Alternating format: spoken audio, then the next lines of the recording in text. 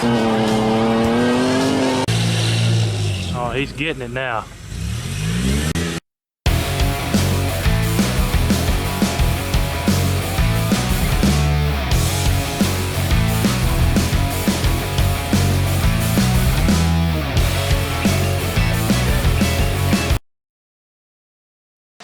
Hey everyone, welcome to Metal Customs. Today, we're back on the 58 Chevrolet Biscayne that we call Peggy Soup. If you've seen the last video, we were just super happy. We got this thing fired up and running well. That was a major accomplishment. All of the electrical and all of the issues with it running, we got all that solved, so big thumbs up on that. What we're going to be doing this week is trying to get a bunch of this stuff wrapped up. Right now what I'm doing is working on the wiring harness. We'll get everything taped up, get it in loom, get holders, and get everything properly secured and where it's supposed to be, as well as get all the grommets put in and such. We'll do that in the engine bay, and we'll get that done in the trunk area and coming through the car. We'll get done what we can get done. We'll have to go out and get some more wire loom. We have pretty much run out, but we have enough to get a good start going, and I'll show you what I'm talking about here. Talking about like this here, you know, we already got this done and up. That wire loomed, all of the wiring down in here. It's all hid up behind here. And like all of this here, all of that is done up really nice and neat now. Alternator wire, starter wires going down. We got our heat shield on that starter wire. We still got to do the small starter wires in the back. Of course, coming across here, getting all of this taken care of. Yeah, that's its own grommet right there. But just getting everything all nice looking. Get everything loomed, get some tape on it. Now I'm working on the main feed wire right now, which plugs in right down there. I've got a loom on it. I've got to get some tape down there. And when these two plug together, get it all taped up nice and neat. It'll help hold it and help keep it weatherproof. Besides, under the hood, they say them ones you see right there coming out of the firewall that run down to the starter, we got to get them done. But yeah, that's basically what we're working on today. And after we get all that accomplished, which shouldn't take a terribly long time, we're going to get back on the interior and this dash. Got to get this dash sanded. Like I say, that black paint is just, it's a mess. I grabbed the drill, as you can see, with the wire brush there. I think that's going to be the most effective way to get that black paint off. Besides that, I'll DA everything else and get it down looking good. I mean, I want to do a good job on it, so when it does come time for paint, basically, you know, hit it with some 400 and shoot the paint to it. But yeah, of course, we'll get all this electrical in here that we got to get tidied up. That'll be done once we get the dash primed and we start putting some of the stuff back in. We still need the radio and the clock, and I've got to build that instrument cluster. But yeah, not terrible stuff, just really time consuming. So that's where we're at and what we're working on. Not time consuming a whole lot, but yet again it is little meticulous things that you got to do. I mean, sure adds up. Next thing you know, you look around, it's lunchtime. And guys, this is the main, what I call the main build in the shop right now. But we are working on other stuff. As you can see right there, we have Mercedes in here that we're doing some floor pans in. So it's cutting, welding, and a lot of measuring and stuff like that going on there. And oh lordy, the undercoating on that thing, just wait till you see the video. Yeah, it is a trip, and I'm trying to work in enough time that I can finish up the old lady's Mustang. Yeah, I would like to have it done before Christmas. I think that'd be a nice Christmas present for it. But like I say, our main focus is the 58 Chevrolet. It's our main job in here at the moment. So I'm going to work on this, getting all this wiring harness done up and stuff. And then we'll start sanding on that dash. Got all of that wiring done up. Everything's nice and neat, loomed. Got grommets and the firewall for everything. Yeah, I had to make some, but it's all accomplished. Looks good. One problem I have, some places my tape's coming undone just a little bit. But yeah, we got that all done up. The rear is almost done. I gotta get more wire loom. Yeah, I ran out of the 3/8 that I'm using through there. May need a little bit of 1/2 inch. I got some 1/4 to get that with. But yeah, got all of this taken care of. Got the dash sanded down. Like I say, guys, this is just a good sand and getting that black off of there so we can just get some primer on it. It comes time to paint this car. Of course, that primer will be sanded, be some high build thrown on it, and we'll get this thing looking really, really slick. But for now, just a good basic primer to cover everything and get rid of all that red is what the gentleman wants. Now I'll get that cleaned up a couple more times, get everything taped, then we'll shoot that with some gray primer. Just some spray can stuff will be fine. And then we're going to come over here and we're going to build us a dash cluster. We're going to be using this main body right here because the speedometer works good on it. But we'll be taking our fuel gauge out of this one and putting it in this one because you see this one broke off. It was like that when we got it. I'll pick the best glasses.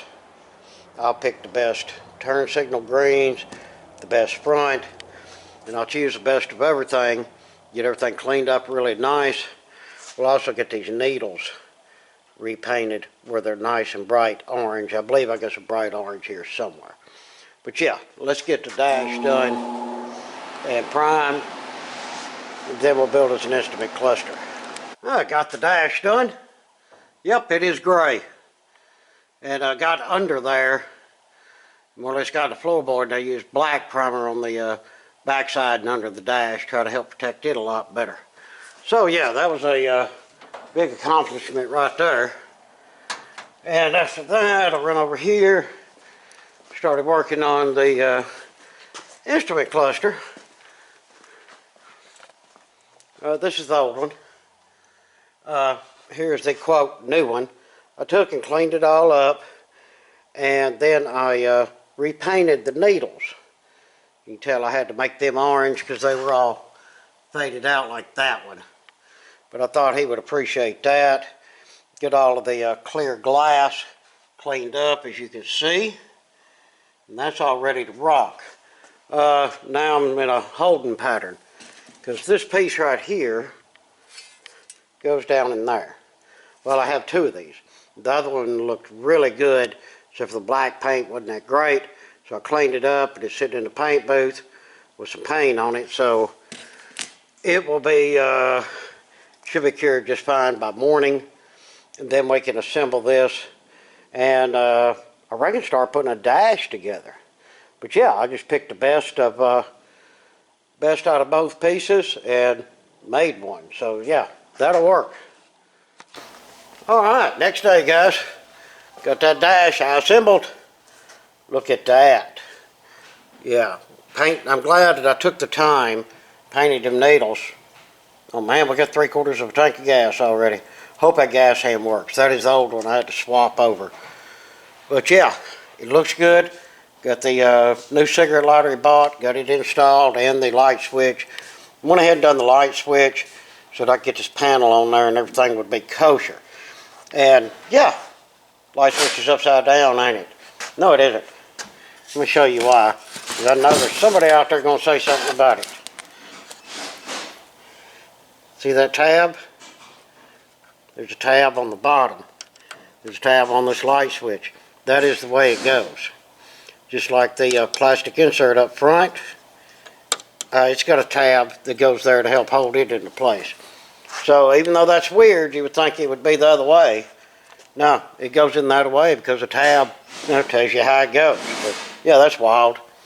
But yeah, we got her all together, so she's ready to put in the car, and we'll start getting this dash together. I know it's plenty dry from just the quick primer job I done on it.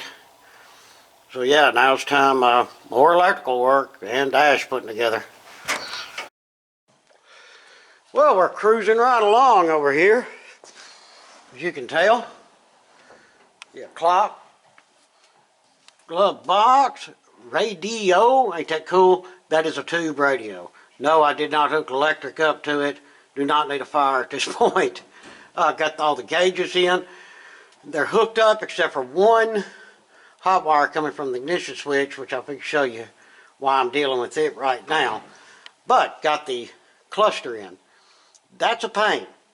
You got to get it up in there, get all the screws and stuff in, and get the switches in, and then start plugging everything up. And let me tell you, my hands are tore all to pieces from that one. But at least it's done. Hopefully when I get this bottom together, we'll hook up the battery and everything will work like it's supposed to. But once the bottom's done, then we've got to get the tack done and then check out that steering wheel. But here's an issue I'm running into. I've been fooling with this key switch for way too long. Let me explain to y'all how this thing works. Here's the ignition switch.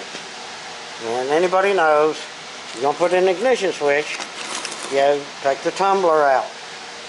Okay, the ignition switch goes in here, bolts there, right? Then, you have this nice little pretty on the front. Well, here's the problem, and here's all the issue I was having. I had the ignition switch bolted in, and the key tumbler would not click in. Y'all, when this thing goes in, I'm going to explain this the best I can. Where is it at? Okay, set a little square tab right there. Okay, that little square tab there pushes that little fitting in, and when that little fitting gets pushed in, at the same time, see the end here? These little notches? One on each side. I don't know how well y'all can see it down in there, but you can see them two little notches. Okay, this thing goes in there. Turn it around the proper way. It will go in. This pushes down in there, clicks in, and locks itself in. That's how the ignition switch stays in. And then it turns over. Here's the problem.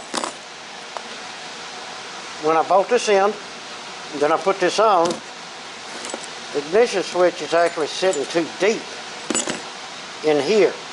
Could be the new switch is, the nose is just a shade short. This is a shade thick. This is not set up correctly. This is too much here. But this ignition switch has to set deeper in here to give enough room for the tumbler assembly to go in and click in without, see this tumbler assembly? Yeah. It will catch on these little knobs right here if it doesn't have enough room to move. And it's close, but no dice. It will not work.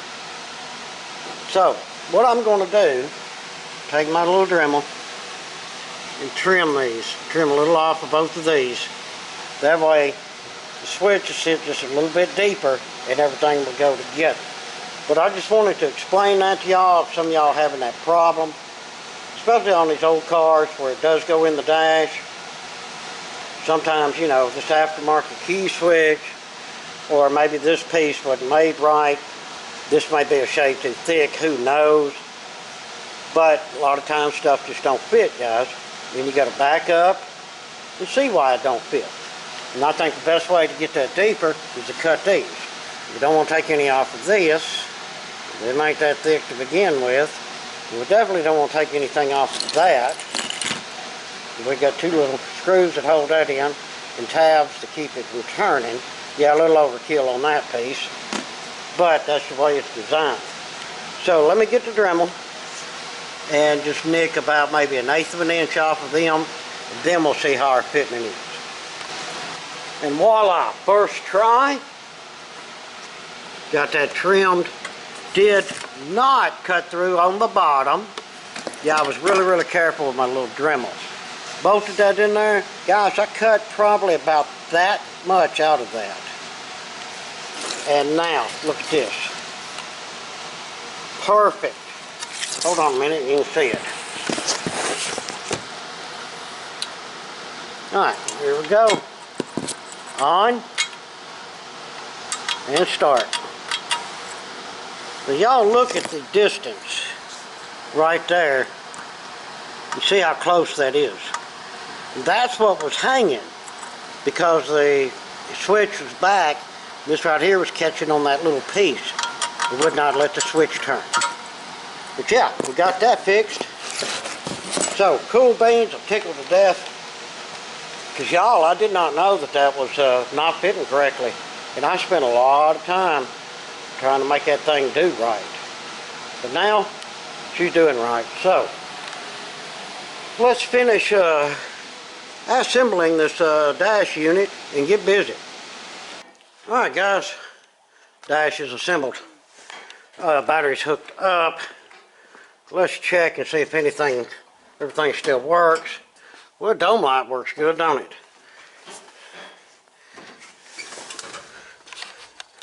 Alright. Yes, amp gauge is working.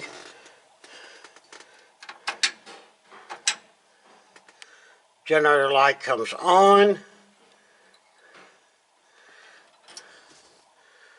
Fuel hand's not moving.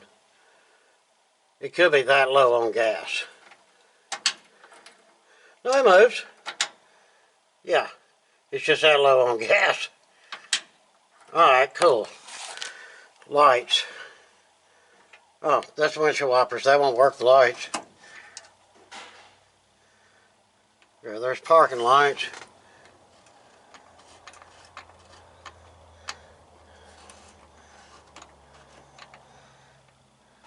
I don't see a dash light one.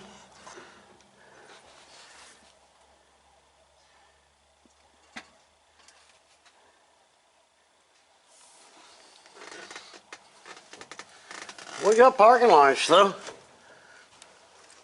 Yeah, we got parking lights.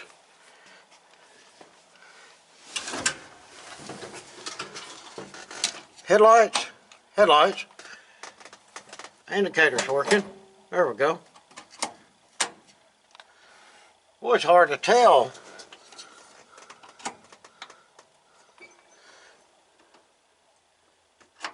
Can't tell if the dash lights are working or not. It's so light in here.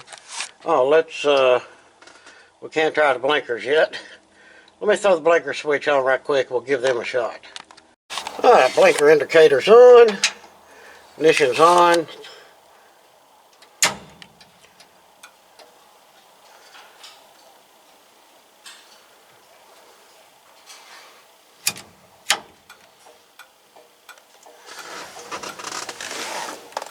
Got a blinker there.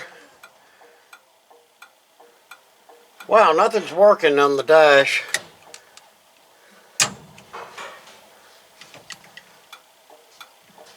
There we go. That one's working.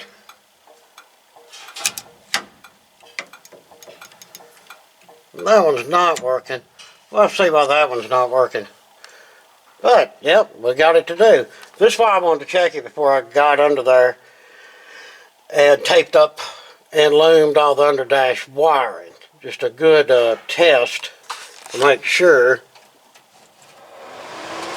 Okay, fan motor's working. Yeah, fan motor's working. Don't know if the clock's working though. It's saying it's a little after 9. We'll check it here in about 5-10 minutes to see. But yeah, so far so good. Like I say, the blinker, okay, it's working.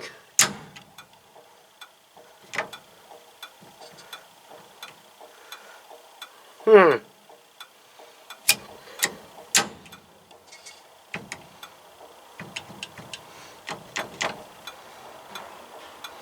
That's weird. You gotta wiggle jiggle that a little bit.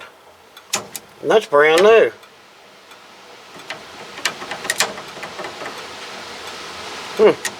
Alright, we'll check that out. Yeah, I said gas hand's probably right. Alright, got it figured out. Here's what I was thinking over the weekend, guys. If the dash wasn't grounding good, therefore not letting the dash lights come on, then at least them should have come on when I turned the dash lights on. Because it's got a separate wire going straight to ground. So I started suspecting the light switch. This is the one that he sent to be to replace the old one. And this is a used one as well, but it was supposed to be good. It's not. Now this one here, yeah, I'm setting the camera down. I can't do this. Okay, this one is the original one. Now, turn the parking lights on. Now if I turn this one all the way over, yeah, we have lights. You can actually see them. You see the light up in there. So, I am happy and proud to say it wasn't a mistake I made, just a bad light switch. I'm going to message him and see if he wants to get a brand new one before I put that one back in. That way he'll be able to dim it and stuff. If he don't care about dimming it, that right there is doing good. I turned the headlights on, they worked. So yeah, another problem solved. Alright, well I think I've got everything sewed up good enough for a test drive. I got the steering wheel on there. Man, that's a nice steering wheel. All the electrical should be done. Let me ask y'all's opinion. I moved this tack. Remember the tack was sitting here. And you couldn't see your odometer. You couldn't see your high low beam indicator.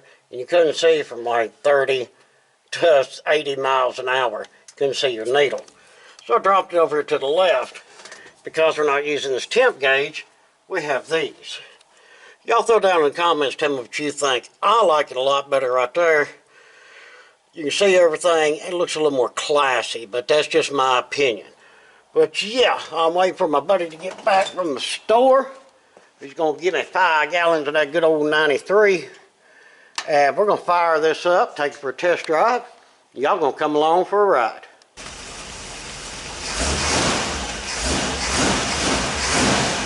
Alright guys, let's take her for a road trip.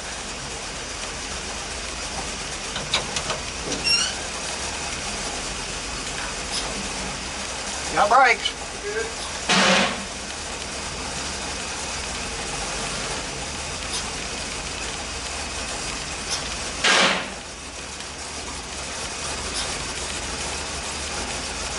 No power steering.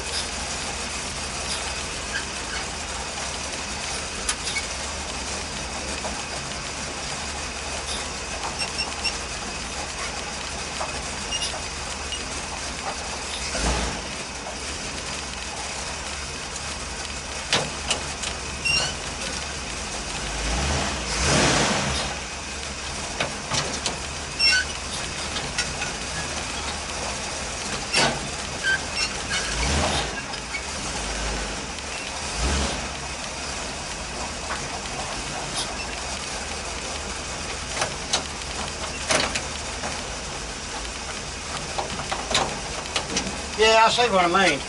See what he's talking about. That shifter sucks.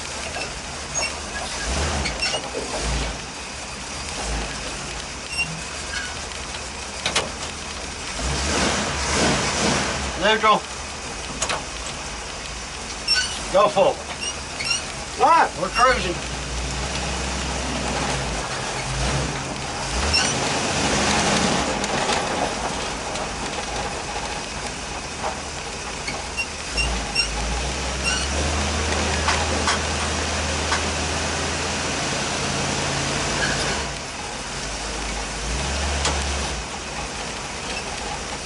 And our left blinker's working.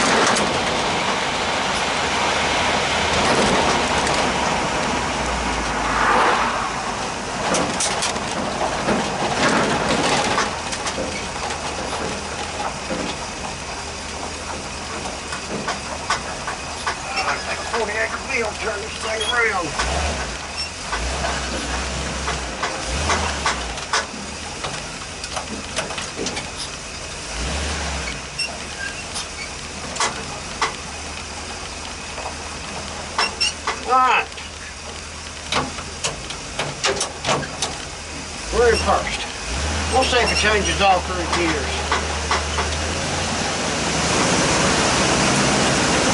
Second. Shifted into second when I had to shift her in first.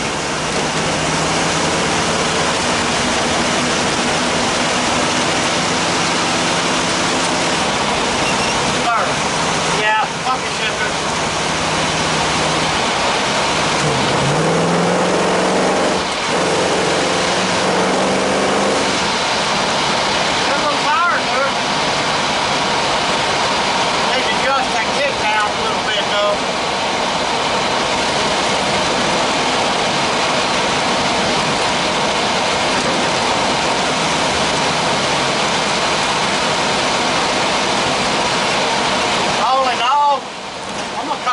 Test drive, y'all.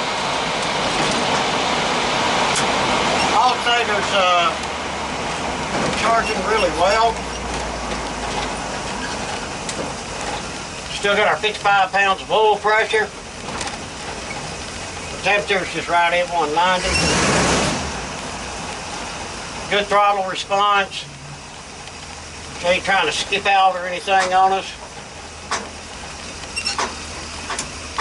Steering wheel doesn't click the blinker off. Yeah, not too bad for a first test drive. Tell you, I just wanted to take it easy with it. I ain't, you know, running it at Indy 500. But yeah, I think that's pretty cool. Let me go ahead and put it back up in the shop. All right, I'm gonna call that a successful test drive. No fluids gushing out from underneath it. Didn't overheat, didn't burn up. It didn't catch on fire. We made it there and back without walking or pushing. That is a successful test drive. We got no leaks nowhere.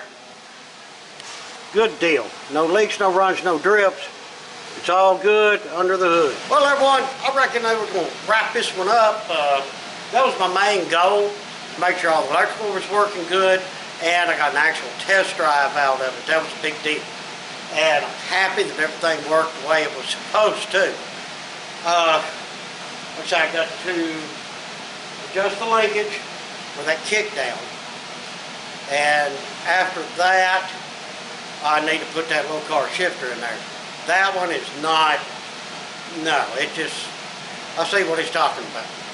But we got brakes, the thing goes forward, goes backwards, and got us back here safe and sound.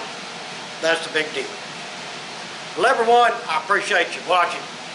I hope you enjoyed this video on the 58 Biscayne. I know I did, and that was a fun little drive. I actually enjoyed that. Don't know how fast I was going. I probably didn't go over 50, 55. May have hit 60 when I kicked her there a little bit. But that front end definitely needs some work and some alignment done on it. We'll take care of that in the future. Well, in the meantime, if you would, throw us down some comments. If you're able, hit us up on Patreon and or Super Thanks. And please like, share, and subscribe. Again, appreciate it much. Till the next one, we hope that everyone has a very, very fantastic day.